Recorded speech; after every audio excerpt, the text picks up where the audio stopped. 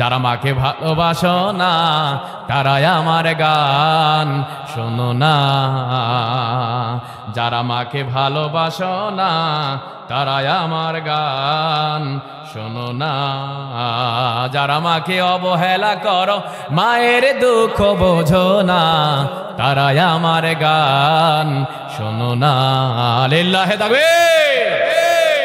দাও খোদা দাও আমায় আবার ওমর দারাজ দিল,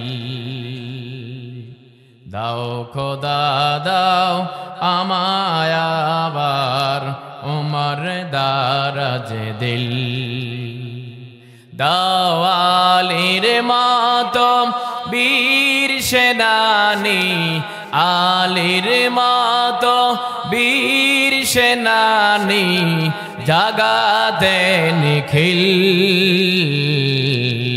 দাও খোদা দাও আমায় আবার ওমর দারাজ দিল, দাও খোদা দাও আমায় আবার ওমর দারাজ দিল। হামজাকে দাও ঘরে ঘরে জীবন দিতে অকাতরে, হামজাকে দাও ঘরে ঘরে জীবন দিতে অকাতরে, আবার কাবা ভাঙতে এলে, আবার কাবা ভাঙতে এলে পাঠাও আবাবিল, দাও খোদা দাও আমায় আবার ওমর দারাজ দিল, দাও খোদা দাও আমায় আবার ওমর দারাজ দিল। কেউ বা তোমায় পাগল বলে, কেউ বা বলে জাদুকর, কেউ বা তোমায় পাগল বলে, কেউ বা বলে জাদুকর, বিশ্বজাহানের স্রষ্টা বলে তুমি আমার পয়গম্বর। আল্লাহুম্মা इस्लाम की फितरत में कुदरत लसक दिया, जितनी दबाओगी उतनी उभरेगा ला इलाहा।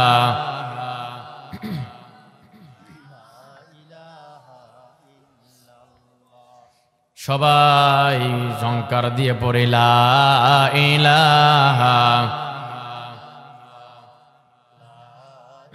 লা ইলাহা ইল্লাল্লাহু মুহাম্মাদুর রাসূলুল্লাহ। সকলে বলি সাল্লাল্লাহু আলাইহি ওয়াসাল্লাম। মৌলভীপাড়া কবরস্থানের উন্নয়ন তহবিল সংগ্রহের উদ্দেশ্যে এবং কবরবাসীদের রুহের মাগফিরাত কামনায় আজকেরই তৃতীয় বার্ষিক তাফসীরুল কোরআন মাহফিল। সম্মানিত ভাইয়েরা, আমরা মাগফিরাত কামনা করি সেই সমস্ত ভাইদের জন্য যারা ইহলৌকিক জীবন সমাপ্তি টেনে মৌলভীপাড়া কবরস্থানে শুয়ে আছেন। আল্লাহ তাআলা তাদের কবরগুলোকে জান্নাতের টুকরায় পরিণত করুক বলে আমিন। সম্মানিত ভাইয়েরা, আমি আপনাদের পরিচিত মানুষ, তেলাওয়াত করেছি একটি পরিচিত আয়াত। আমার ডানে বামে বলা যাবে যে তিনজনেই জুমার নামাজ খতিবগিরি করেন, জুমার নামাজ পড়েন, আমিও পড়াই। আপনারা যারা পড়েন, আমরা যারা পড়াই, জুমার খুতবায় বাংলাদেশের অধিকাংশ মসজিদে ইমাম সাহেব সানি খুতবায় আয়াত তেলাওয়াত করে থাকেন শেষের দিকে। যে আয়াতটি আমি তেলাওয়াত করেছি, সূরাটির নাম সূরাতুন নাহাল, মাক্কিয়া। এই সূরার মোট আয়াত সংখ্যা 128টি, রুকুর সংখ্যা হলো 16টি, তেলাওয়াত করেছি একটি আয়াত, আয়াত নম্বর হলো 90। সেই সাথে এই আয়াতের দাবি অনুযায়ী একখানা হাদিস তেলাওয়াত করেছি রাসূল সাল্লাল্লাহু আলাইহি সাল্লামের মুখ নিঃসৃত বাণী থেকে, আবু দাউদ শরীফ থেকে হাদিসটি তেলাওয়াত করেছি আমি।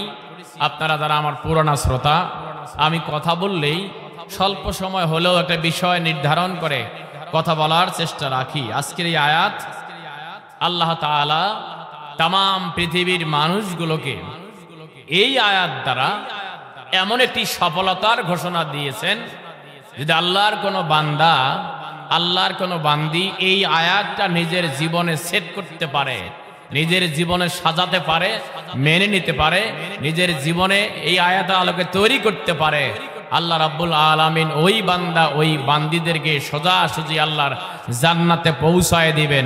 চিৎকার দিবেন আল্লাহু আকবার। তাহলে এই আয়াত, একটা আয়াত আমরা জুমার নামাজে শুনে থাকি, তাহলে একটা আয়াত যদি আমি আপনি, আমার এই উমর মসজিদের মানুষ, রাজারহাটের মানুষ, কুড়িগ্রামের মানুষ, বাংলাদেশের সকল মানুষরা একটা আয়াত যদি তার জীবনে বাস্তবায়ন করতে পারে, বাস্তবে নিয়ে আসতে পারে, তাহলে আমার আপনার সফলতা দিবেন কে? আরো জবানটা খুলে বলতে হবে কে? এই আয়াতে আল্লাহ রাব্বুল আলামিন তিনটা আদেশ করেছেন, অর্থাৎ তিনটা কাজ আমাদের করতে বলেছেন। জোরে বলেন কয়টা? একটু জবানটা খুলে বলেন ভাই, কয়টা? তিনটা কাজ করতে হবে, আর তিনটা কাজ আমাদের জীবনে তা আমল করা যাবে না, মাইনাস করতে হবে। অর্থাৎ তিনটা করণীয় আর হলো তিনটা বর্জনীয়।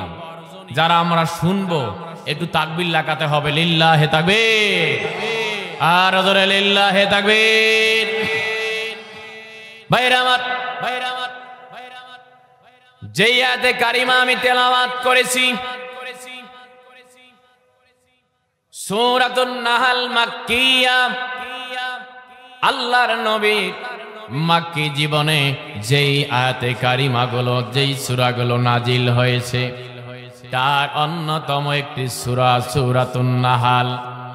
রাসূল সাল্লাল্লাহু আলাইহি ওয়াসাল্লামের উপরে এই আয়াতে কারিমা তখন নাজিল হয়। আল্লাহর নবী স্বভাবতই একটি কাজ তিনি প্রতিদিন করে থাকতেন, যেই কাজটি হলো এরকমের। রাসূল সাল্লাল্লাহু আলাইহি ওয়াসাল্লাম প্রতিদিন তিনি তার বাড়ির উঠানে বা তার বাড়ির বারান্দায়, রাস্তার ধারে এমন একটা জায়গায় তিনি বসতেন, নির্দিষ্ট একটা টাইম অনুযায়ী। আল্লাহর নবীর উদ্দেশ্য ছিল তিনি যেখানে যাইতেন সেখানেই তিনি দাওয়াতি কাজ করতেন। তিনি বাজারে যাইতেন, দাওয়াতি কাজ করতেন, রাস্তায় চলতেন, সেখানেও দাওয়াতি কাজ করতেন। কেনই বা করবেন না? আমার আল্লাহ বলেন, ওয়ামান আহসানু ক্বালাম মিম্মান দাআ ইলাল্লাহি ওয়া আমিলা সালিহান ওয়া ক্বালা ইন্নানি মিনাল মুসলিমিন। আল্লাহু আকবার। ভাইরা আমার, আল্লাহ রাব্বুল আলামিন বলেন, তার চার উত্তম কারো কথা হতে পারে না। যেই মানুষগুলো দা ইলাল্লাহ, আল্লাহর দিকে ডাকে, তথা দা আল কোরআন, কোরআনের দিকে ডাকে, ওয়া আমিলা সলিহান, এবং এই বান্দারা আর একটা কাজ করে, নেক কাজ। আমার আপনার কাজগুলো আরবিতে বলা হয় আমল। আমল শব্দের অর্থ হলো কাজ। আমি আপনি 24 ঘন্টা যে কাজগুলো করে থাকি, আল্লাহর কোন বান্দা, আল্লাহর কোন বান্দি ঘুম থেকে উঠে আবার ঘুমিয়ে যাওয়া পর্যন্ত, এক কথায় আপনি দিনের বেলা যেমন সারাদিন কর্মব্যস্ততায় থাকেন, রাত্রিবেলায় আপনি একটা নির্দিষ্ট টাইমে ঘুমিয়ে যান। আল্লাহর কোন বান্দা, আল্লাহর কোন বান্দি যদি দিনের বেলা যেই কাজগুলো করে, মনে করেন আমি শিক্ষকতা করি, আমরা অনেকেই এখানে শিক্ষক ভাইও শিক্ষকতা করেন। আমরা যারা শিক্ষকতা করি, কেউ বা আছেন আপনার কৃষক মানুষ, কৃষি কাজ করেন, কেউ বা আছে ঠেলা গাড়ি চালক, কেউ বা রিক্সা চালক, কেউ বা মাস্টার, কেউ বা ডাক্তার, কেউ বা ইঞ্জিনিয়ার, কেউ বা মেম্বারি করে, কেউ বা চেয়ারম্যানই করে, কেউ বা রাজনীতি করে। আমার আল্লাহ বলেন, আল্লাহর যেই বান্দা যেই বান্দিগুলো তার গোটা জীবনের সকল কর্মব্যস্ততা আল্লাহর দেওয়া জীবন বিধান মোতাবেক বাস্তবায়ন যারা করে, আমি চাকরি করি, কৃষিকাজ করি, আর যা করি না কেন সকল কাজগুলো আল্লাহ রাব্বুল আলামিনের দেওয়া বিধান মোতাবেক হলে সব কাজগুলো নেক আমলে পরিণত হয়ে যাবে। চিৎকার দিয়ে বলেন সুবহানাল্লাহ, আরো জোরে বলেন সুবহানাল্লাহ। বন্ধুরা আমার, তাহলে আল্লাহ রাব্বুল আলামিন বলেন, তার চেয়ে উত্তম কারো কথা হতে পারে না যেই মানুষগুলো আল্লাহর দিকে ডাকে এবং নেক কাজ করে। ওয়াকালা ইন্নানি মিনাল মুসলিমিন, এবং বলে আমি একজন মুসলমান।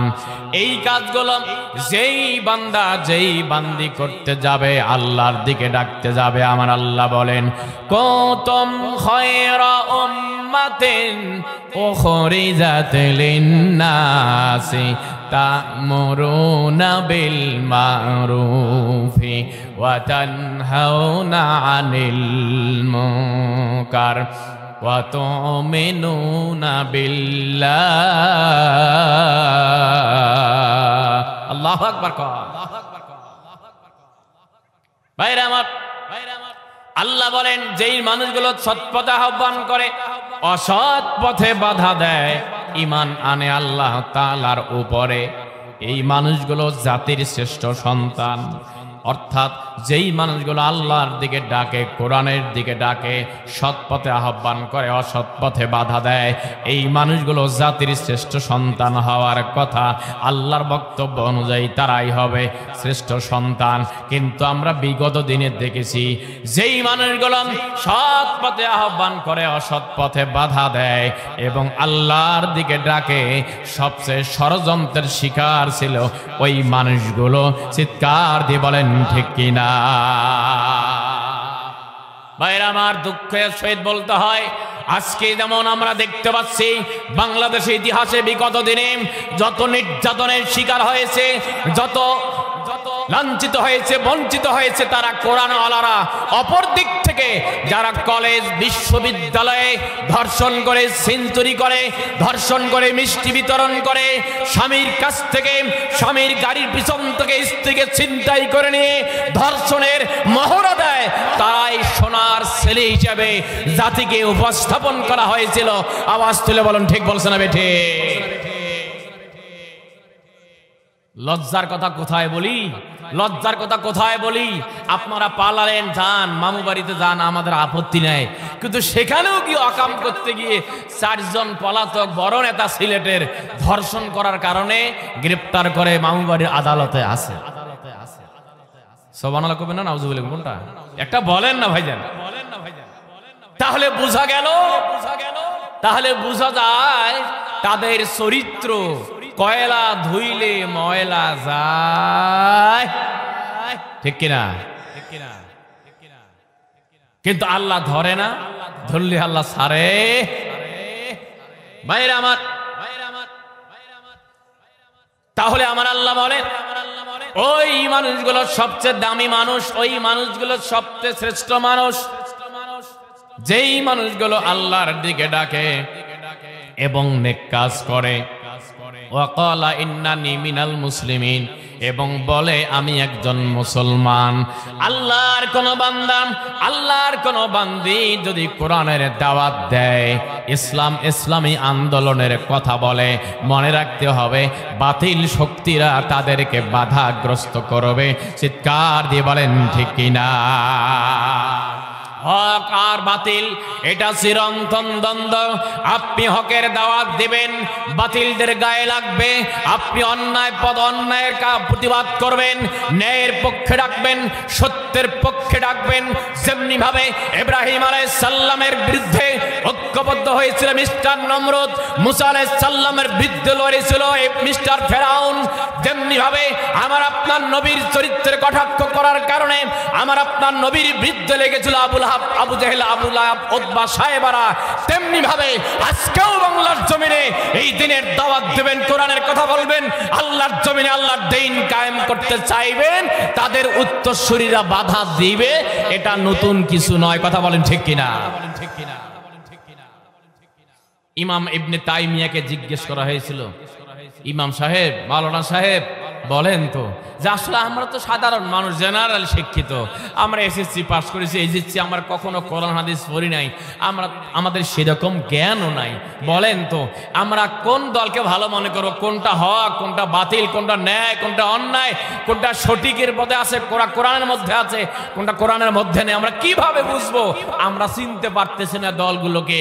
ইমাম ইবনে তাইমিয়া বলে দিয়েছেন, শুনে রাখুন, আমি আপনি চিনতে ভুল করতে পারি, আমার আপনার চিনতে ভুল হতে পারে, তারা কখনো ভুল করে না। মনে রাখতে হবে যুগে যুগে কালে কালে যেই সময়ের জালেমরা যাদের উপর অত্যাচার চালায়, আমরা চিনতে ভুল করলেও তারা সঠিক দল চিনতে কখনো ভুল করে। যে কারণে 5ই আগস্টের পূর্বে বাপরে বাপ তড়িঘড়ি করে, দেখেন নাই ওই যে যখন রাস্তায় একটা অ্যাক্সিডেন্ট করে মুরগি মারা যাওয়ার ধরে গায়ে লাগিয়ে গেছে রিক্সায় বা সাইকেলে, জরুরি ভিত্তিতে কি করে ছুরি নিয়ে এসে আল্লাহু আকবার, যা হয় হোক বাবা, ঠিক না? পরে কি হয় হোক দেখা যাবে, আপাতত জবাই করি, হয় জরিমানা দেবো, না হয় মুরগি নিয়ে যাবো, কথা বলেন ঠিক কিনা? 5ই আগস্টের পূর্বে কোন দলকে নিষিদ্ধ করলো না, কোন দলকে যার বিরুদ্ধে সিদ্ধান্ত নিল না, 15 বছর কিছু করতে পারে নাই, কিছুই করে নাই, আর 5ই আগস্টের পূর্বে তড়িঘড়ি করে রায় দিয়ে দিল, বাতিলের রায় দিয়ে দিল। তারা জানে না যে আল্লাহ ধরে না, ধরলে আল্লাহ ছাড়ে না, আল্লাহর সিদ্ধান্ত। তারা যেমনি ভাবে বাংলাদেশের সংবিধানের তাদের তৈরিকৃত আইন দিয়ে বাতিল করে দিয়েছে, আর আল্লাহ রাব্বুল আলামিন তাদেরকে দেশ ছাড়ার ব্যবস্থা করেছে। আওয়াজ তুলে বলেন ঠিক বলছে না বেঠি? সিদ্ধান্ত কার? জবানটা খুলে বলতে হবে কার? ভাইরা আমার, আসুন আমরা সামনের দিকে যাই। তেলাওয়াত করেছিলাম সূরাতুন নাহল মাক্কিয়া, আল্লাহর নবীর মাক্কি জীবনে আয়াতে কারিমা এই সূরাটি নাজিল হয়েছে। রাসূল সাল্লাল্লাহু আলাইহি ওয়াসাল্লাম তার স্বভাবত একটি অভ্যাস ছিল, তিনি বারান্দায় বসতেন, রাস্তায় বসতেন, পথে বসতেন, অর্থাৎ লোকদের যাদের সঙ্গে তাদের সঙ্গে দেখা হতো তাদেরকে তিনি দাওয়াত দিতেন, যাকে যেভাবে দেওয়া যায়। রাসূল সাল্লাল্লাহু আলাইহি ওয়াসাল্লামের একদিনের ঘটনা এরকমের, রাসূল বাইরে বসেছেন, সাক্ষাৎ করবেন, দাওয়াতি কাজ করবেন, আল্লাহর নবী দাঁড়িয়ে আছেন বা বসে আছেন। এমন সময় একজন ব্যক্তিত্ব যার নাম ওসমান ইবনে মাজউন, তখন পর্যন্ত তিনি ঈমান আনেনি।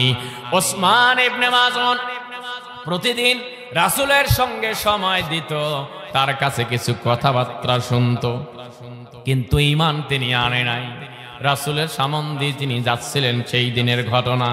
আল্লাহর নবী বুঝতে পারলেন যে ওসমান হয়তো আমাকে সময় দিবে না। আল্লাহর নবী ওসমান ইবনে মাজউনকে ডাক দিয়ে বললেন, ওরে ওসমান, তুমি প্রতিদিন আমার কাছে সময় দাও, আজকে কি তুমি সময় দিবা না? ওসমান ইবনে মাজউন রাসূলের কাছ থেকে এমন আবেদন শোনার পর ওসমান ইবনে মাজউন রাসূলের কাছে বসে পড়লেন, পাশেই তিনি বসে পড়লেন। এক পর্যায়ে কথাবার্তা চলতেছিল। আল্লাহর নবী সাল্লাল্লাহু আলাইহি ওয়াসাল্লাম হঠাৎ করে তার বসার জায়গা থেকে, তিনি যেখানে বসে আছেন তার চেয়ার থেকে তিনি দাঁড়ালেন। দাঁড়ানোর পর একবার তিনি ডানে দেখেন, আর একবার বামে দেখেন, একবার সামনে দেখেন, একবার পিছনে দেখেন। ওসমান ইবনে মাজউন অনেক দিন তিনি বসেছেন, কিন্তু এরকমের দৃশ্য তিনি কখনো দেখেনি। ওসমান ইবনে মাজউন রাসূল সাল্লাল্লাহু আলাইহি ওয়াসাল্লামের এমন অবস্থা যখন পরিবর্তন হয়ে গেল, তার জায়গায় বসে পড়লেন ওসমান ইবনে মাজুন রাদিয়াল্লাহু তাআলা আনহু। আল্লাহর নবীকে ডাক দিয়ে বললেন, আব্দুল্লাহর পুত্র মুহাম্মদ, আমরা বলি সাল্লাল্লাহু আলাইহি ওয়াসাল্লাম, ব্যাপার কি? আমি অবাক হয়ে গেলাম, আপনি দাঁড়ালেন ডানে বামে সামনে পিছনে তাকালেন, পিছনে কারণ কি? আল্লাহর নবী ওসমান ইবনে মাজুনকে ডাক দিয়ে বললেন, ওরে ওসমান ইবনে মাজুন, তুমি লক্ষ্য করেছো, জানতেও চেয়েছো, তুমি শুনে নাও, আমার আল্লাহ রাব্বুল আলামিন স্পেশাল মেসেঞ্জারের মাধ্যমে আমার দরবারে এই মুহূর্তে একখানা আয়াতে কারিমা আল্লাহ তাআলা নাজিল করে দিলেন। যেই আয়াতে কারিমার ব্যাপারে আমার আল্লাহর ঘোষণা হলো, আল্লাহর কোনো বান্দা, আল্লাহর কোনো বান্দি এই আয়াতটা যদি নিজের জীবনে সেট আপ করতে পারে, নিজের জীবনে সাজায় নিতে পারে, আল্লাহ রাব্বুল আলামিন এত বেশি খুশি হয়ে যাবে, ওই বান্দা ওই বান্দির জন্য জান্নাত অবধারিত হয়ে যাবে। চিৎকার দিয়ে বলেন সুবহানাল্লাহ, আরো জোরে বলেন সুবহানাল্লাহ। ভাইয়ের আমার, আর একটা বর্ণনা আছে, রাসূল সাল্লাল্লাহু আলাইহি ওয়াসাল্লাম ইসলামের প্রারম্ভিক অবস্থা যখন আবু জেহেল, আবু লাহাব, উতবা সাহেবারা রাসূলের ব্যাপারে রাষ্ট্রীয়ভাবে আইন পাশ করলো, রাষ্ট্রীয়ভাবে রাসূলের ব্যাপারে তারা বিভিন্ন অপবাদ দিতে লাগলো। মনে রাখবেন, মানুষ জেলখানায় যায় দুইটা কারণে, একটা হলো অপরাধ করার কারণে। আপনি অপরাধ করেছেন, আপনি মারামারি করেছেন, আপনি মদ পান করেছেন, অন্যের জমির আইল ঠেলেছেন, অথবা আপনি ওজনে কম দিয়েছেন, অথবা আপনি দুর্নীতি করেছেন, আপনার অপরাধের কারণে আপনি জেলখানায় যান, যেতে পারেন, যাওয়াই স্বাভাবিক। কিন্তু আল্লাহর কিছু বান্দা, আল্লাহর কিছু বান্দি যারা অপরাধ করে নাই কিন্তু অপবাদ নিয়ে, মিথ্যা মামলা নিয়ে মাসের পর মাস জেলখানায় বন্দী ছিল। চিৎকার দিয়ে বলেন ঠিক কিনা? ভাইরা আমার, বাস্তবতা নিয়ে এই কথা বলতে হয়, মাঝে মধ্যে কষ্ট লাগে, কষ্ট লাগে এভাবে। যেই মানুষগুলো পথ ভোলা মানুষদেরকে সুপথে আহ্বান করে, কোরআনের দিকে ডাকে, যেই মানুষগুলো কোরআনের কথা বলে, নিজে মানে, নিজের পরিবার মানার চেষ্টা করে, নিজের সমাজ আল্লাহর জমিনে আল্লাহর দ্বীন কায়েম করার চেষ্টা করে, তারা বিনা অপরাধে জেলখানায় বন্দী ছিল। কথা বলেন ঠিক কিনা? সেদিন একজন আমাকে বলতে, হুজুর এই লোকটা মুরব্বী মানুষ, তাকে এই মিথ্যা মামলা দিয়ে জেলে নিলে কেমন হলো হুজুর এটা? আমি বললাম, ভাইজান ঠিক আছে, ঠিক আছে, আপনি বলেন তো, এই যে আমাদের এই নামগুলো বললাম, এই ভাইগুলোকে এইভাবে আপনাদের আমলে এই করছিলেন, এটা কেমন ছিল? আর কথা বলে না। কথা বলেন ঠিক কিনা? কোরআনের ফাঁকি আল্লামা দেলাওয়ার হোসেন সাঈদী যেই ব্যক্তির 50টি রাষ্ট্রে দিনের দাওয়াত দিয়েছেন, যার হাতে কালেমা পড়ে অসংখ্য অমুসলিমরা ইসলামে দীক্ষিত হয়েছে, আর তাকে বানানো হয়েছে ধর্ষক। কথা বলেন ঠিক কিনা? আল্লাহ ছাড় দেয়, ছেড়ে দেয়। তিনি যা বলেছিলেন, মামুবাড়ি দিল্লিতে যাওয়া, ইঁদুরের গর্ত পালাবার রাস্তা পাইবা না, আল্লাহ তা ব্যবস্থা করেছেন। কথা বলেন ঠিক কিনা? ভাইরা আমার, আল্লাহর নবীর বাবারে আবু জেহেল, আবু লাহাব, উতবা সাহেবা যখন রাসূলকে কখনো বলল পাগল, কখনো বলল জাদুকর, কখনো বলল কবি বা সাহিত্যিক, অপর দিক থেকে আল্লাহর নবী দিনের দাওয়াত দেয়। দিন যত যায় ইমানদারের সংখ্যা বৃদ্ধি পায়, কেনই বা পাবে না? আল্লাহর কোনো বান্দা, আল্লাহর কোনো বান্দি যদি কোরআনের তেলাওয়াত শুনে, ওয়াইদা তুলিয়াত আলাইহিম আয়াতুহু জাদাতুহুম ঈমানাও ওয়া আলা রাব্বিহিম ইয়াতাওয়াক্কালুন। আল্লাহু আকবার। আল্লাহ বলেন, ইমানদারের কোয়ালিটি হলো, ইমানদার আল্লাহর কালাম শুনলে ইমান বৃদ্ধি পাবে। রাসূল সাল্লাল্লাহু আলাইহি ওয়াসাল্লাম দিনের দাওয়াত দেয়। ভাইজান, একটাবার খেয়াল করুন, আমাদের সেই যুবকদের আইডল মিজানুর রহমান আজহারি 27 তারিখ আসবেন, দেশে মাহফিল শুরু করবেন। মিজানুর রহমান আজহারি মাহফিলে আসলে কয়েক লক্ষ মানুষ উপস্থিত হয়। সর্বশেষ একটা মাহফিলে আমি ছিলাম নীলফামারীতে। 1.5 কিলোমিটার রাস্তা আমার পার হইতে 3 ঘন্টা সময় লেগেছে। প্রায় 5 থেকে 6 লক্ষ মানুষ সেখানে উপস্থিত হয়েছে। আলহামদুলিল্লাহ। আমার মনে হয় বাংলাদেশে আর এরকমের জনপ্রিয় মানুষ আছে কিনা আমার জানা নাই। তাহলে এটা মিজানুর রহমান আজহারীর আকর্ষণ নয়, এটা আকর্ষণ হলো আল কোরআনুল কারীমের। কথা বলেন ঠিক কিনা? আল্লাহ রাব্বুল আলামিন কোরআন নাজিল করেছেন যার উপরে, সেই ব্যক্তি যদি বক্তা হয়, সেই ব্যক্তি যদি কোরআন তেলাওয়াতকারী হয়, তাহলে কতই না সুমধুর আলোচনা তার জবান থেকে শোনা যায়। আবু জেহেলরা রাসূলকে বলল কবি, সাহিত্যিক বা পাগল বা মাজনুন যাকে আরবিতে বলা হয়। আল্লাহর নবীর ব্যাপারে আবু জেহেলরা পরামর্শ করল কিভাবে মুহাম্মদকে দমিয়ে রাখা যায়, হটিয়ে দেওয়া যায়।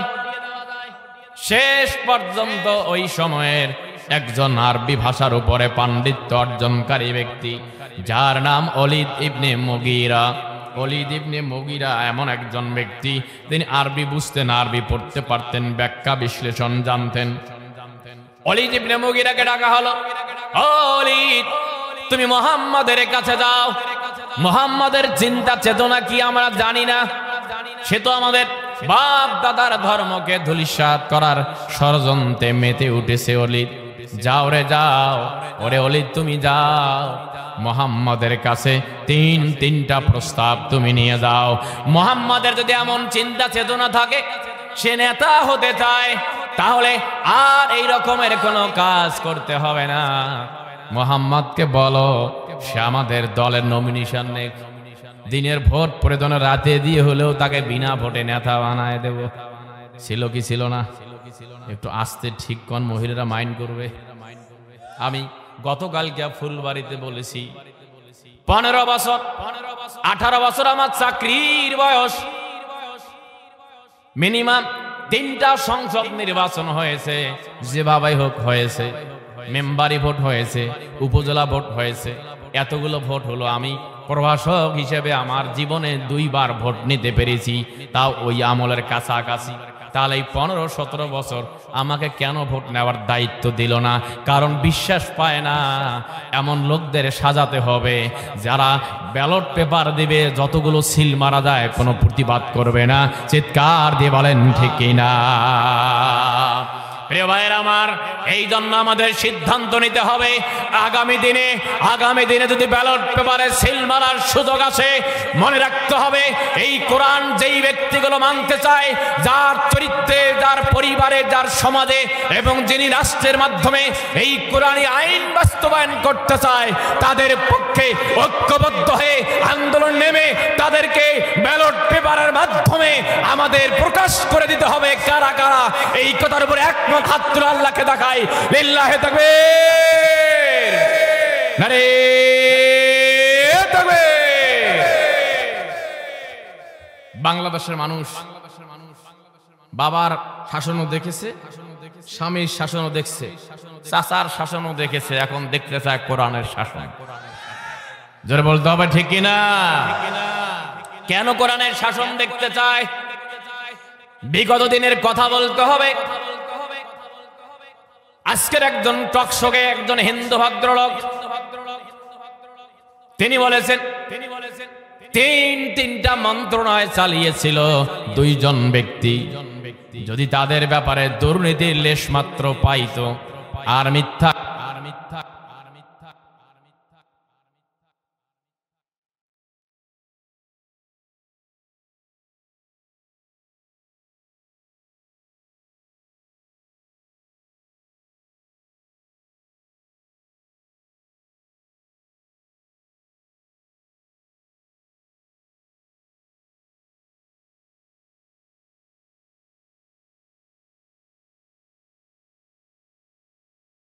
ওয়ার্ডের মানুষগুলো, ইউনিয়নের মানুষগুলো, উপজেলা, জেলা, সংসদীয় আসন বা দেশের মানুষগুলো 2টা গুণ যদি অর্জন করতে পারে, একটা ইমানের গুণ বা ইমানওয়ালা, যিনি ছাতা মাথায় দেন তাকে বলি ছাতাওয়ালা, যিনি ডিম বিক্রি করেন তাকে বলি ডিমওয়ালা, যিনি পাঞ্জাবি গায়ে দেন তিনি বলা হয় পাঞ্জাবিওয়ালা।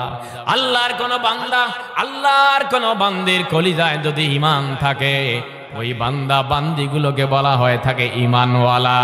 আর যেই বান্দা যেই বান্দিগুলোর অন্তরে আল্লাহর ভয় আছে, আমার আল্লাহ বলে ইন্না আকরামাকুম ইনদাল্লাহি আতকাকুম।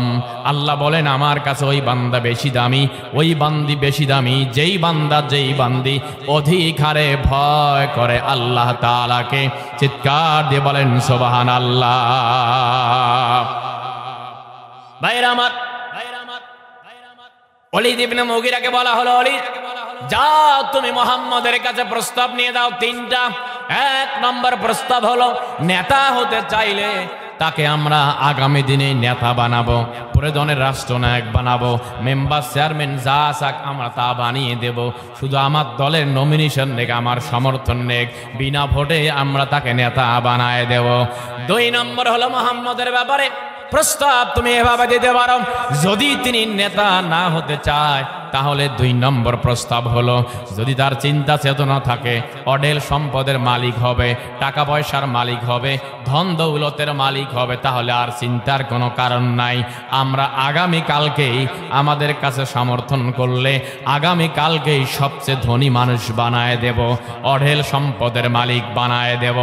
তিন নম্বর, যদি তার এই দুইটা পছন্দ না হয় তাহলে মনে রাখবেন আল্লাহ রাব্বুল আলামিন প্রতিটা মানুষের জন্য স্বভাবজাত বৈশিষ্ট্য পছন্দের জিনিস হলো সাতটা। যুইয়িনা লিন-নাসি হুব্বুশ শাহাওয়াতি মিনান নিসা, সাতটা বস্তু একেবারে পছন্দনীয়। এক নম্বর হলো আন-নিসা, সুন্দরী রমণী। কে না চায়? আপনি আপনার বন্ধুকে বলবেন যে বন্ধু আমার একটা পছন্দ করেছি তোমার জন্য, কিন্তু গায়ের রং হলো কালা, পছন্দ করবে কেউ? পছন্দ করবে না। ভাইরা আমার, এটাই স্বাভাবিক, সবসময় সুন্দরী রমণীদের পছন্দ করা হয়ে থাকে। নেতাদের, ওই সমস্ত নেতার চরিত্র এরকমের, তাদের চিন্তা হলো আপনি খুঁজলে পাবেন।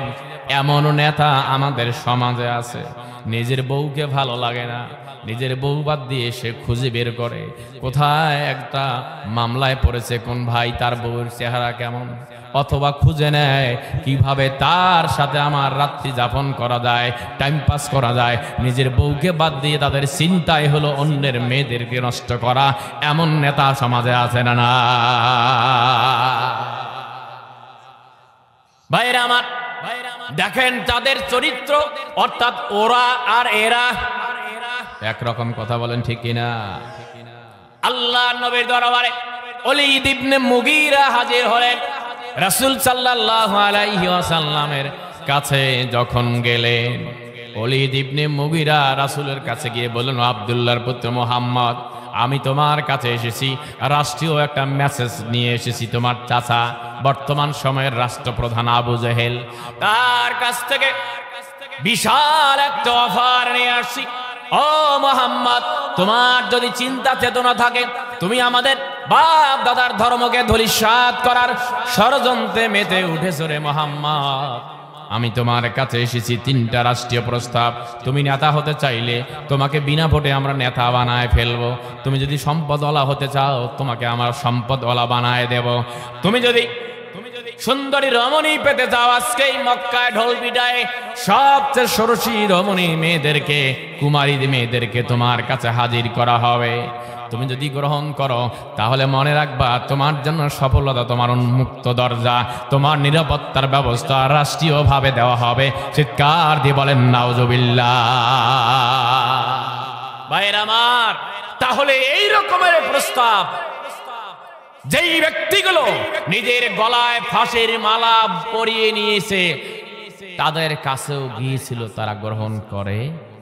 যারা বলেন গ্রহণ করে। ওয়ামা কানা লিনাফসিন আতামুতা ইল্লা বিইজনিল্লাহ। আল্লাহু আকবার। কোন মৌতের মালিক কে? আর যারা বলতে হবে কে? আল্লাহর অর্ডার ছাড়া কারো মৃত্যু হয় না। যার মরণ যেখানে নাও ভরা করে যায় সেখানে। আরে দরবেশ বাবা পালানোর জন্য কি সুন্দর তার চেহারা, টেলিভিশনের পর্দা কি দেখতাম, সাদা ধবধবে পাঞ্জাবি, টুপি, দাড়ি, কি সুন্দর চেহারা। দরবেশ বাবা পালানোর জন্য সেই নৌকায় উঠেছিল, কিন্তু এই নৌকা তাদের ছাড় দেয় নাই। দাড়ি মোছ ছিলানোর পরেও পাবলিক আচ্ছা মতো সাইজ করেছে। কথা বলেন ঠিক কিনা? ভাইরা আমার, আল্লাহর নবী সাল্লাল্লাহু আলাইহি ওয়াসাল্লাম যখন এরকম প্রস্তাব শুনলেন, ওলীদ ইবনে মুগীরাকে ডাক দিয়ে বললেন, ওলীদ শুনে রাখো, তোমরা রাষ্ট্রভাবে তা করতে পারবা, নেতা বানাতে পারবা, অঢেল সম্পদের মালিক বানাতে পারবে। আহারে একজন মেম্বার, আহারে একজন সাধারণ কর্মচারী, কি তার বেতন গ্রেড হোক সে সরকারি কিংবা বেসরকারি। আমাদের নেত্রী বলেছিল যে আমার একজন কর্মচারী আমার পিয়নের প্রায় 400 কোটি টাকার মালিক। সুবহানাল্লাহ বললেন, সুবহানাল্লাহ। সব লুটপাট করে নিল আর আপনারা সুবহানাল্লাহ কন। তাহলে মনে করবেন একজন পিয়ন বা কর্মচারীর 4000 কোটি টাকার যদি মালিক হয়, ইয়া বড় চেহারা, নাম রাখছে চিকন আলী, এই যে এরকম চেহারা, তাহলে মোটা আলী কি হবে? বোঝেন ভাইজান, একজন পিয়নের যদি এত টাকার মালিক হয়, তার মালিকের কি হবে? আল্লাহর নবী ওলীদ ইবনে মুগীরাকে ডাক দিয়ে বলো, ওলীদ চিন্তা করো না, শেষ করো তোমার প্রস্তাব। তোমরা আমাকে নেতা বানাতে পারবা, তোমরা আমাকে অঢেল সম্পদের মালিক বানাতে পারবা, তোমরা আমাকে ষোড়শী রমণীদের উপস্থাপন করে দিতে পারবা। তবে শুনে রাখো, যা কশ্চিন কালো তোমাদের জন্য সম্ভব নাও। লাউ আদাউ শামসু ফি ইয়ামিনি ওয়াল কমারু ফি ইয়াসারি। আল্লাহু আকবার। আল্লাহর হাবিব বলে দিলেন, তোমরা যদি যে কাজটা পারবা না, আমার ডান হাতে যদি সূর্যকে স্থাপন করে দাও, বাম হাতে চন্দ্রকে স্থাপন করে দাও, যেটা কশ্চিন কালো তোমরা পাবে না, এই কাজটাও যদি করে দাও, আমি কখনো দিনের দাওয়াত বন্ধ করব না। চিৎকার দিয়ে বলেন সুবহানাল্লাহ। আল্লাহকে যে পাইতে চায়, হযরতকে ভালোবেসে, আরশ কুরসি লৌহে কলম না চাহিতে পেয়েছে সে। আল্লাহু আকবার।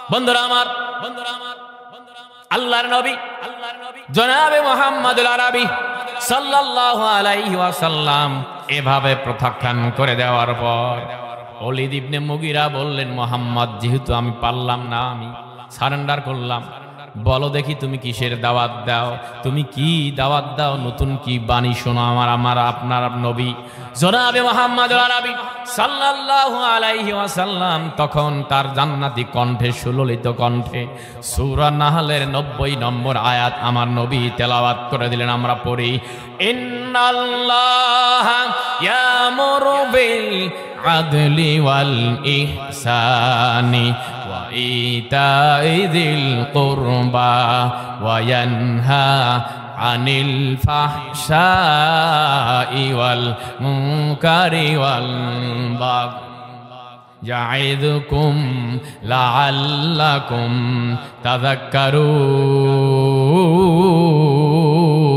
তাযাক্কারুন। আল্লাহু আকবার। ভাইরা আমার, একজন অমুসলিম রাসূলকে তিনি ঘায়েল করতে এসেছিলেন। এই আয়াতের তেলাওয়াত যখন শুনেছেন, ওলীদ ইবনে মুগীরা তার জবান থেকে তিনি এভাবে ঘোষণা দিয়েছেন, আহা, তিনি কসম করে বলেছেন, আল্লাহে ইন্না লাহু লাহালাওয়া। তিনি বলেছেন, আল্লাহর কসম করে বলছি, এখানে এই তিনি যা তেলাওয়াত করলেন সুমিষ্ট কথা। আল্লাহু আকবার।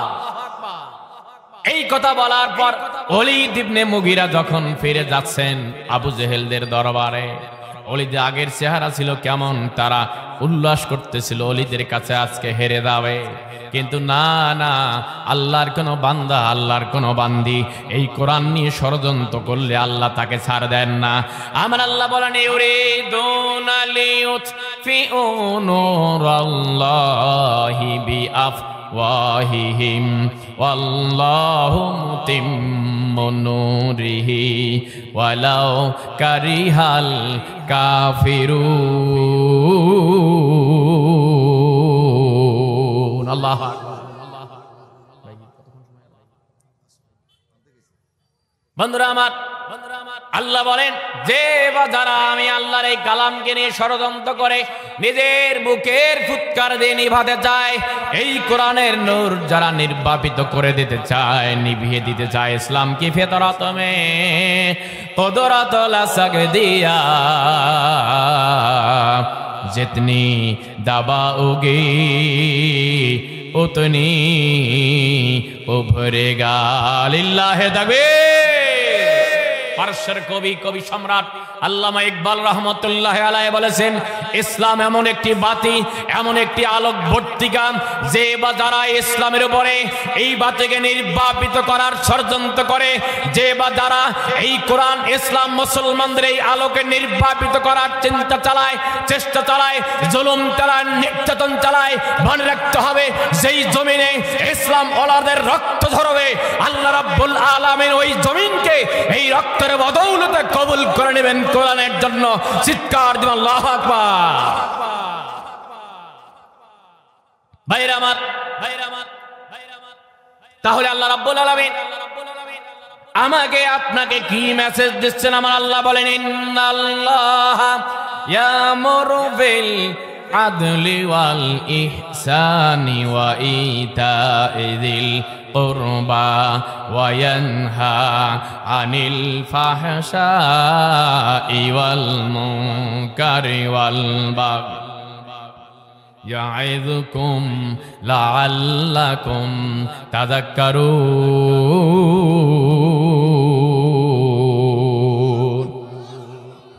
আল্লাহ তাআলা আমাদের আদেশ দিচ্ছেন তিনটা, অর্থাৎ তিনটা করণীয় আর তিনটা হলো বর্জনীয়। তিনটা কাজ আমরা করব, তিনটা কাজ আমাদের থেকে মাইনাস করে দিতে হবে। নসিহত করেছেন কে? আর জবানটা খুলে বলতে হবে কে? আল্লাহ বলছেন, ইন্নাল্লাহা ইয়া'মুরু বিল আদল। আমার ঘোষণা হলো আমি সকল মানুষদেরকে এটা আদেশ দেই যে আমার আল্লাহ বলেন, প্রথম নম্বর আদেশ বা প্রথম নম্বর করণীয় কাজ আল্লাহ বলছেন, বান্দা ওরে বান্দি, আমি তোমাদেরকে আদেশ দিচ্ছি, প্রথম নম্বর হলো তোমরা যেখানে যেভাবে পারো তোমাদের মাঝে ন্যায় বিচার কায়েম করতে হবে। আদল মানে হলো ন্যায় বিচার করা, ইনসাফ করা, সমান সমান করে দেওয়া। চিৎকার দিয়ে বলেন সুবহানাল্লাহ। আমরা গ্রামের মানুষ, মনে করেন আপনার এই এলাকা আপনার বাড়ি, কিন্তু আপনার একটা জায়গা আছে টগরাই হাটে, 10 শতক জায়গা আপনার টগরাই হাটে আছে। আপনি ধান আবাদ করবেন, আপনার দেখভাল করা কষ্ট। আবার ওই এলাকার একজন মানুষ, তার জমি আছে এখানে 10 শতক। যদি আপনার সাথে গুড আন্ডারস্ট্যান্ডিং হয়, ভালো সম্পর্ক থাকে, আমরা কি করি, ভাই তুমি ওই জায়গাটা আবাদ করো, আমি এই জায়গাটা আবাদ করি, ঠিক কিনা? তবে তখন হবে না যদি আপনার জমি হয় 15 শতক আর তার জমি হয় 10 শতক। সমান সমান হলে হতে পারে, কথা বলেন ঠিক কিনা? আদল শব্দের অর্থ হলো সমান সমান করা, কোনো কম বেশি না করা। দাড়ি পাল্লা যেমন ওজন করার সময় আপনার দাড়ি পাল্লা সমান সমান না হলে আপনি ওজনে কম দিলেন। ভাইরা আমার, তাহলে আদল শব্দের অর্থ হলো ন্যায় বিচার করা, সমান সমান করা, অর্থাৎ প্রাপ্য অধিকার আদায় করে দেওয়ার নাম হলো ইনসাফ করা, ন্যায় করা, আদল করা।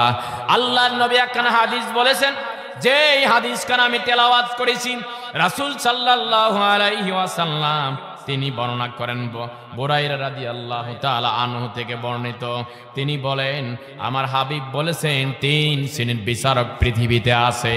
এই বিচারকরা কিয়ামত পর্যন্ত থাকবে, মৃত্যুর আগ পর্যন্ত, কিয়ামত সংঘটিত হওয়ার আগ পর্যন্ত 3 ধরনের বিচারক থাকবে সমাজে।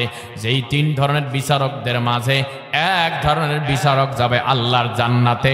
চিৎকার দিয়ে বলেন সুবহানাল্লাহ। আরো জোরে বলেন সুবহানাল্লাহ। এক ধরনের বিচারক যাবে কোথায়? জবানটা খুলে বলেন নবে, কোথায় যাবে? আল্লাহর জান্নাতে যাবে। কোন সেই বিচারক? রাসূল সাল্লাল্লাহু আলাইহি ওয়াসাল্লাম বর্ণনা করেন, ফাআম্মাল্লাযী ফিল জান্নাহ ফারাজুলুন আরাফাল হাক্কা ফাকাযা বিহি। ওই ব্যক্তি জান্নাতে যাবে যিনি বিচার করতে গিয়ে সব তত্ত্ব উপাত্ত সংগ্রহ করে প্রকৃতপক্ষে ন্যায় এবং ইনসাফ বা আদল বা সমান সমান যিনি বিচার করবেন, এই বান্দা এই বান্দি যাবে আল্লাহর জান্নাতে। চিৎকার দিয়ে বলেন সুবহানাল্লাহ। বলতে পারেন হুজুর আমি তো বিচারক না, আমি মেম্বার না, আমি চেয়ারম্যান না, সমাজের দেওয়ানিও না, দেওয়ানি খাই, এমন লোক আছে না নাই? একটু আস্তে কন, আছে না নাই? বাপরে বাপ, জীবনে যা দেখলাম পিছনে, আমার এই ক্ষুদ্র বয়সে আমি দেখেছি বিগত দিনে। আরে এমনও নেতা আছে, প্রয়োজনে তার কাছে আপনি যাবেন, নেতাদের পাতি নেতার খরচ তারা নেয়, আছেন না?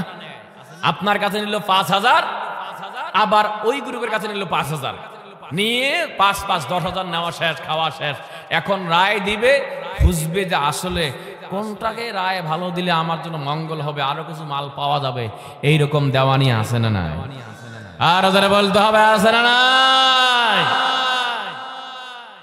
এখন আপনি সেই দেওয়ানিও না, তাহলে আপনি এই হাদিস আমল করুন কথা না।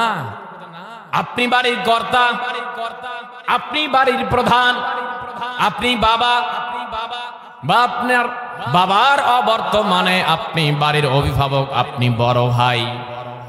বাবা হয়ে যদি আপনি আপনার পরিবারকে ঠগান, আপনি আপনার স্ত্রীকে ঠগান, আপনি আপনার ছেলেকে জিতান, মেয়েকে ঠগান, এমন বাবা সমাজে আছে না নাই? একটু আস্তে কোন আছে না নাই? বাপ হজ করতে যাবে, হজে যাওয়ার আগে দাওয়াত দেয়, মেয়েকে ছেলেকে গোষ্ঠী শুদ্ধ খাওয়ায়, মেয়েকে কাছে বসায় নেয়, এত আদর করে, মাপসাপ চেয়ে নেয়, মা ও কলজা সেরা মা, ও আমার কলজার টুকরা মা রে, আমার জন্য দোয়া করো, আমি ফিরে আসি কি আসি না জানি না, আমি নবীর রওজা জিয়ারত করতে যাচ্ছি, নবীর দেশে যাচ্ছি, তুমি আমার জন্য দোয়া করবা। তুমি কি চাও, তোমার কি প্রয়োজন আছে বলো, আমি সেই বিদেশ থেকে নিয়ে আসবো। মেয়ে মনে করছে বাপ রে বাপ, বাপ এত ভালোবাসে আমাকে, কানে কানে বলছে আব্বা তুমি না আমাকে বিয়ার সময় একটা মালা দিতে চাইছিলে, দেও নাই। তোমার এই মালা না দেওয়ার কারণে কত কথা শুনেছি। আব্বা যান, যেহেতু আপনি যাচ্ছেন, কমপক্ষে আমার জন্য একটা মালা নিয়ে আসবে। বলছে মা টেনশন করো না, আমি মালা নিয়ে আসবো, বিদেশি মালা দরকার নাই, যা শুনছো শুনছো, বিদেশি মালা আনলে তোমার শ্বশুর পরিবাররা খুশি হবে। পরে খোঁজ করে দেখা যায় বাপ হজে যাওয়ার সময় এই মালা দেওয়ার কথা বলে সমস্ত জমাজমি ছেলের নামে লিখে দিয়েছে। এমন হাজী সাহেব সমাজে আছে না নাই? আর ধরে বলতে হবে আছে না নাই?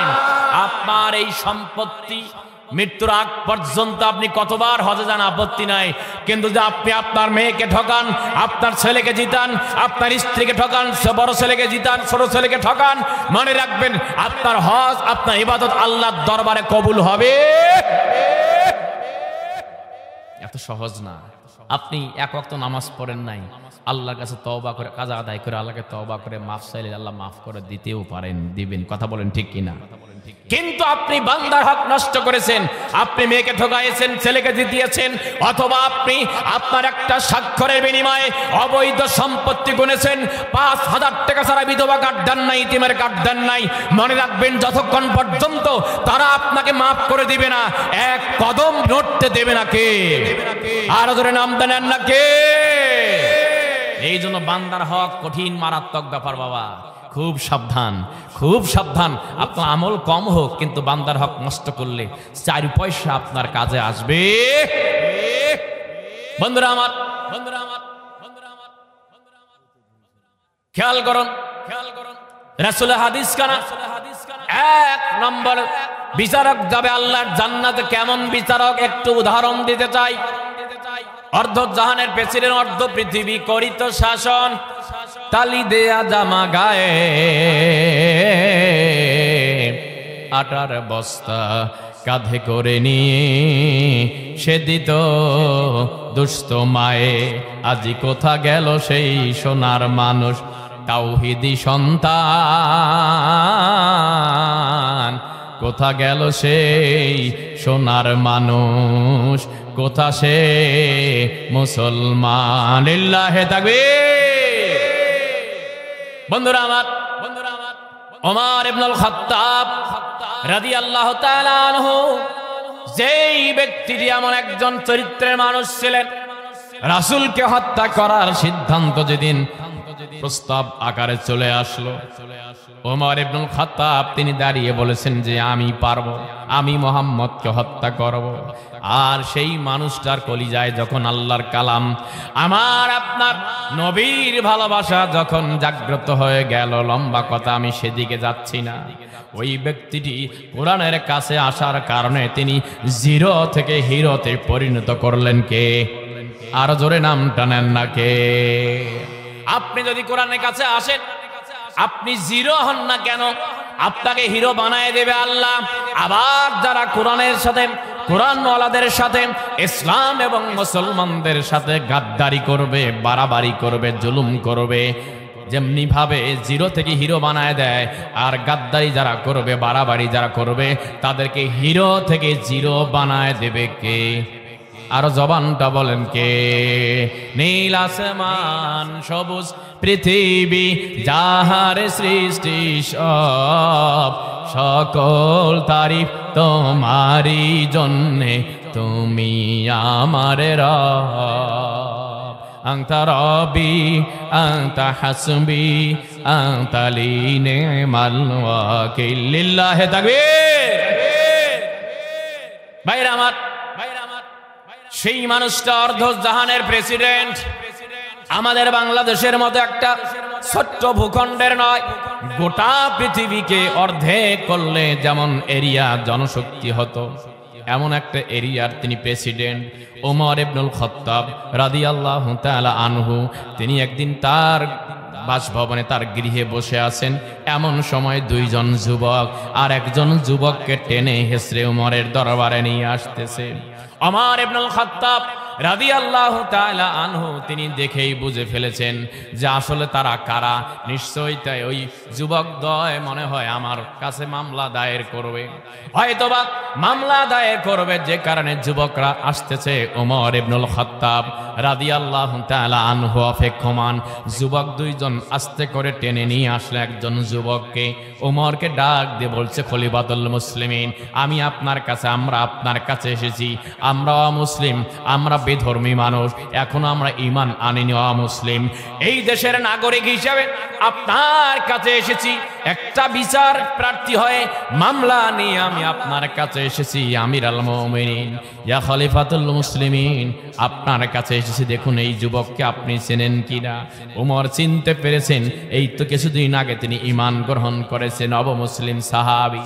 আল্লাহ নবীর এই নবমুসলিম সাহাবীর বিরুদ্ধে যুবক দ্বয় মামলা দায়ের করছেন। আমিরুল মুমিনিন, ইয়া খলিফাতুল মুসলিমিন, আমার অভিযোগটা হলো এরকমের, আমার বাবা বৃদ্ধ মানুষ, আমার বাবাকে তারা অন্যায়ভাবে হত্যা করেছে। যেহেতু অন্যায়ভাবে হত্যা করলে তার বিধান আমরা জেনেছি, কেসাস ফিল কতল, হত্যার বদলা হত্যা নিতে হবে। আমিরুল মুমিনিন, আমরা চিরদিনের জন্য আব্বাকে হারিয়েছি, আর আব্বা ডাকতে পারবো না। যাদের বাবা নাই তারা জানে বাবা না থাকার কি বেদনা, কি যাতনা। যাদের মা নাই, আহারে বাবা মার দোয়া আল্লাহ ফিরায় দেয় না। মানুষ পাগল হয়ে যায়, ইমাম সাহেবের কাছে, পীর সাহেবের কাছে যায়, হুজুরের কাছে যায়, কিন্তু ভাইজান ফাঁস করে দেই, আমার দোয়া, ইমাম সাহেবের দোয়া, পীর সাহেবের দোয়া কবুল হতেও পারে, নাও হতে পারে, কিন্তু যেই জায়গায় দোয়া কবুল হয় সেই জায়গায় আমরা যাই না। রাসূল বলেছেন, সন্তানের জন্য যখন পিতার মাতা সন্তানের জন্য দোয়া করে, বদদোয়া করে, আল্লাহ তাআলা কখনো ফিরায় দেয় না। চিৎকার দিয়ে বলেন সুবহানাল্লাহ। যারা মাকে ভালোবাসো না, তারাই আমার গান শোনো না। যারা মাকে ভালোবাসো না, তারাই আমার গান শোনো না। যারা মাকে অবহেলা করো, মায়ের দুঃখ বোঝো না, তারাই আমার গান শোনো না। লিল্লাহি তাকবীর। তাহলে তিন শ্রেণীর বিচারক যাবে, তিন শ্রেণীর মধ্যে এক শ্রেণীর বিচারক যাবে আল্লাহর জান্নাতে, আর দুই শ্রেণীর বিচারক যাবে আল্লাহর জাহান্নামে। এক নম্বর, যারা প্রকৃত ঘটনাকে উদ্ঘাটন করে, যারা ন্যায় বিচার করে, তারা যাবে আল্লাহর জান্নাতে। বলুন সুবহানাল্লাহ। তাহলে প্রথম শ্রেণীর জান্নাতে যাবে তারা যারা ন্যায় বিচার করে। হতে পারে আমি আপনি মেম্বার, চেয়ারম্যান, বিচারক নই, আমরা আমার পরিবারে কমপক্ষে ন্যায় এবং ইনসাফ কায়েম করব ইনশাআল্লাহ। তারপরে ওই বিচারক যাবে জাহান্নামে যারা ওয়ারাজুলুন আরাফাল হাক্কা ফাযারা ফিল হিকাম ফাহুয়া ফিন্নার, যারা সব ঘটনা জানে যে এটা একটা মিথ্যা মামলা, মিথ্যা অভিযোগ। এইরকম মামলা আছে না নাই? একটু জোরে বলতে হবে, আছে না নাই? বিচারক ভালো করে জানে যে এই লোক রাষ্ট্রদ্রোহী কাজ করবে, এটা আশা করা যায় না, কিন্তু তিনি জানার পরেও এই মামলার রায় দিয়ে মাসের পর মাস, বছরের পর বছর, এমনকি মিথ্যা অভিযোগ করে আমাদের ভাইদেরকে মিথ্যা মামলা দিয়ে ফাঁসি পর্যন্ত দেওয়া হয়েছে। কথা বলেন ঠিক কিনা? বিচারক জানার পরও এই বিচার করা মানে রাসূল সাল্লাল্লাহু আলাইহি ওয়াসাল্লাম বলেছেন ফাহুয়া ফিন্নার, এই সমস্ত বিচারকরাও যাবে আল্লাহর জাহান্নামে। বলুন নাউযুবিল্লাহ। 2-3 নম্বর হলো ওয়ারাজুলুন কাযা লিন নাসি জাহলিন ফাহুয়া ফিন্নার। কিছু মানুষ, কিছু বিচারক আছে, তিনি কোনো বাদ বিচার নাই, বাদ বিচার হয় না। বলে এসপি সাহেব আপনি কার বিরুদ্ধে মামলা করছেন জানেন? শেষ, একটা কথা, আর মামলা গ্রহণ করে না। আছে না নাই? সম্মানিত ভাইয়েরা, এই সমস্ত বিচারক যাবে জাহান্নামে যারা না জেনে না বোঝে তাকে প্রেসক্রিপশন করে দেয়। সব বাদী বিবাদী সকল সাক্ষী শুনবেন, কিন্তু রায় হবে এটা তাল গাছটা কার? তাল গাছটা আমার। অর্থাৎ তাল গাছ ঠিক রেখে সেই প্রেসক্রিপশন অনুযায়ী যারা বিচার করে, অজ্ঞতাবশত না জেনে না বুঝে যারা বিচার করে, এই ব্যক্তিগুলো যাবে আল্লাহর জাহান্নামে। বলুন নাউযুবিল্লাহ। শেষ কথা বলবো, আসুন না আমরা আমার ব্যক্তি জীবনে, আমার পারিবারিক জীবনে, আমার সমাজ জীবনে, এবং যেই মানুষগুলো ন্যায় এবং ইনসাফ ভিত্তিক সমাজ বাস্তবায়ন করতে চায়, কায়েম করতে চায়, যারা আল্লাহর দেওয়া বিধান মোতাবেক, আমরা জেনেছি 5ই আগস্টের পূর্বে আমাদের ভাইয়েরা কি আন্দোলন, কি ইস্যুতে আন্দোলন করেছিল? বৈষম্য নিয়ে, নাকি বলেন? বৈষম্য মানে কি? মাঝে সমতা নাই। আচ্ছা বলুন তো, আমার যখন আমরা দাঁড়াই, আমার পাশে যে এমপি দাঁড়ায়, তার পাশে একজন রিক্সা চালক দাঁড়াইছে, এমপি কি না করতে পারবে? পারবে? পারবে না। কারণ এই কোরআন মানুষের মাঝে বৈষম্য রাখে না, বরং পরিবেশটাকে রাখবে, সমতা বিরাজমান করবে এই কোরআন দ্বারা। অর্থাৎ এই কোরআন মানুষের মাঝে বৈষম্য দূরীভূত করে দেয়। আসুন সেই সমাজ ব্যবস্থা নির্মাণ করব যারা চায় এই জমিনটা কোরআন দ্বারা শাসিত হোক। অনেক দেখেছি এখন বাংলাদেশের জনগণ কোরআন দ্বারা দেশ কিভাবে চলবে সেটা দেখতে চায়। আমরা সেই দেখা এবং বাস্তবায়ন করার সহযোগিতার আহ্বান রেখে আমি শেষ করছি। আসসালামু আলাইকুম ওয়া রাহমাতুল্লাহি তাআলা ওয়া বারাকাতুহু।